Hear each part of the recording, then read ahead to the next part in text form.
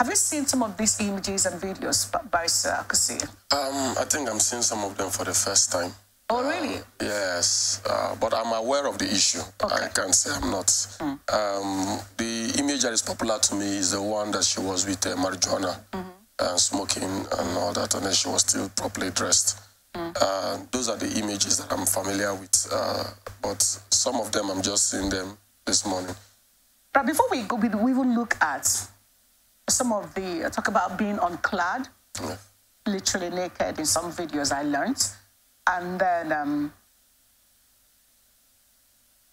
why do you think a lawyer who went through school, went through law school, identifies herself as a lawyer, would want to put herself in such bad light? Let's look at it from the human angle aspect of it first. Okay, first and foremost, not everybody who come into our legal profession actually came because it was noble to them. Okay. The country has positioned us in such a way that we are forced to have degrees that we don't need.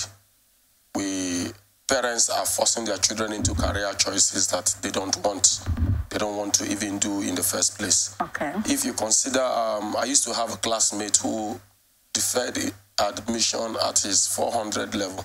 Wow. He's a very brilliant, very intelligent young. He said he can't continue this path. He wants to be a fashion designer. He doesn't know what he's doing in law.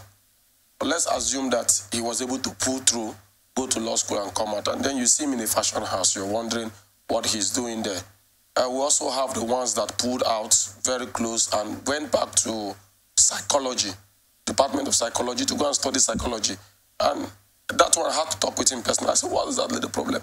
He said this has been his dream, but his father is a lawyer. His father wanted him to study law, and every time he felt like he was lying to himself, doing this course. And several others, I can count at least up to 10 to 15 of my own classmates in the university who never had this course as their dream course, but because of family pressure and others, you see, they had to take it. And I remember one of them was telling me that once he's done, he will just take the certificate and drop at his father's desk and say, take your property, let me go and do my thing. We also had an immediate senior who, at his 500 level, deferred admission and went into media. And he's doing very well. If you hear that boy's oratory speech, oh, it's something else. He said he has a call in the media and he doesn't know what he's doing here. And he left believing, and actually he's doing very well in those areas. We don't know what this own girl's story is. We don't know who had forced her to, study law, maybe because some families believe that when they have a lawyer in the family, the next thing to have is a medical doctor, and then the next thing they need to have is a lawyer, a military personnel, to give the family some kind of... Some priests. Exactly, some of them even priests. So these are issues that are not far-fetched from our society. Okay, let's look at it again now. You are a lawyer and I practice one good thing. What can you say? Are there codes in the legal profession that says you must not dress in a certain way, you must not appear in a certain way? We have our rules of professional conduct. Okay. Yes, the rules of profession. In fact, we just had an updated one, 2023. And the rules is very specific as to what is expected of a lawyer, how we should dress, our dress code. The recent Rivers State High Court Civil Procedure rules that was passed was very specific how a lawyer should even appear in courts. I can't wear a blue jacket right now. It has to be black. Yes. I have to wear a black. And then with my beep. And then I also cannot dress in that manner in certain places. It's restricted to the courtroom. Okay. And even in the courts, if I'm going to the magistrate court, I'm not expected to look that way. I can now dress formal with any suit and with corporate tie and that. Okay. So we have our dress code. But beyond the dress code, there are things that are incompatible with the legal profession. Are these written? Yes, they are written. When you say okay, let's share some of them with us. That's what I was trying to tell you. Rules of professional conduct. Okay. It's out there. Anyone can download it. Okay. If you go into the internet. That's for lawyers? Yeah, for lawyers. Okay. It's available even on the net. So give us some. Let's see how some that relates to Ifunanya's case. Okay. For instance, a lawyer is not supposed to involve in activities that are incompatible with the legal profession, which include acting. Okay. You can't be found to doing a movie or a film as a practicing lawyer unless you are taking a role as a practicing lawyer in it. Okay. Yes, so, but you can't do that. Now also, you're not expected to see a lawyer who is dressed as a lawyer in a beer parlor drinking. Oh, really? Yes. So if I want to drink as a lawyer, I would come there as a normal person. So I'm not identified. Now the problem with Ifunanya is not that she appeared as she did any of the things she did. The problem is that she did it fronting herself as a lawyer. Okay, now that's where the problem is. In one of the videos where she was seen smoking marijuana, she had her gown. Exactly. All of that. Exactly. So that's it. Now marijuana, first of all, is a crime. It's illegal. It's a crime in our law, and it's about 20 years imprisonment. Wow. Yes, for smoking. Are you serious? Yes, smoking marijuana is 20 years. 20 years. A lot of people don't know that. I mean, this is news. I know it's illegal, but I didn't know it was. It's illegal, and it is 20 years, clean 20 years of your life that you're smoking. Oh, wow. Yes. Now, you are... But isn't that draconian? No, I mean, if you're looking at countries that are making so much money from marijuana, in the pharmaceutical industry and all of that, and then they call it medical marijuana, as a matter of fact, where some even it's even legal for people to smoke. The challenge is this, is most of the times when you look at a law, you have to understand the motives behind the law. Okay. If I'm a pharmacist and I'm caught with marijuana, nobody's going to arrest me. Okay. Because they understand that it also have medical purposes. No, if you're a pharmacist and you're caught smoking it. Yeah, but if a pharmacist caught smoking it, it becomes illegal for you to do that. Okay. Yes, there are other narcotics that are illegal.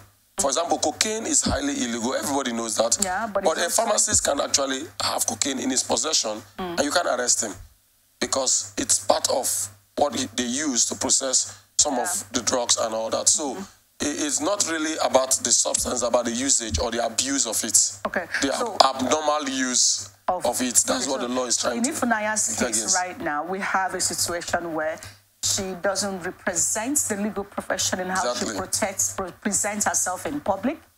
She also was caught in her robe smoking marijuana. Yes. Okay. These are the issues. It's not really, if anybody had seen her somewhere smoking marijuana and you're like, oh, is she not a lawyer? You're even second guessing. It's a different ball game. At that point, it requires someone to actually put in a petition.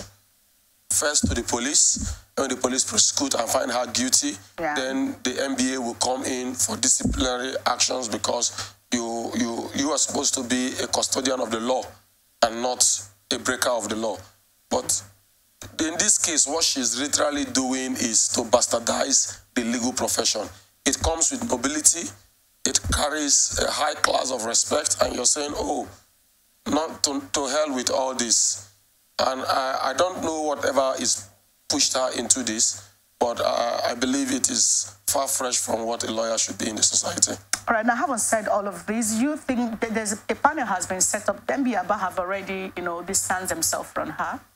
Now, a panel, the NBA National have also set up a panel investigating Professor Cyril Difon of the University of Calabar, Unisa Ari of Adamawa State, and of course, Ifunanya.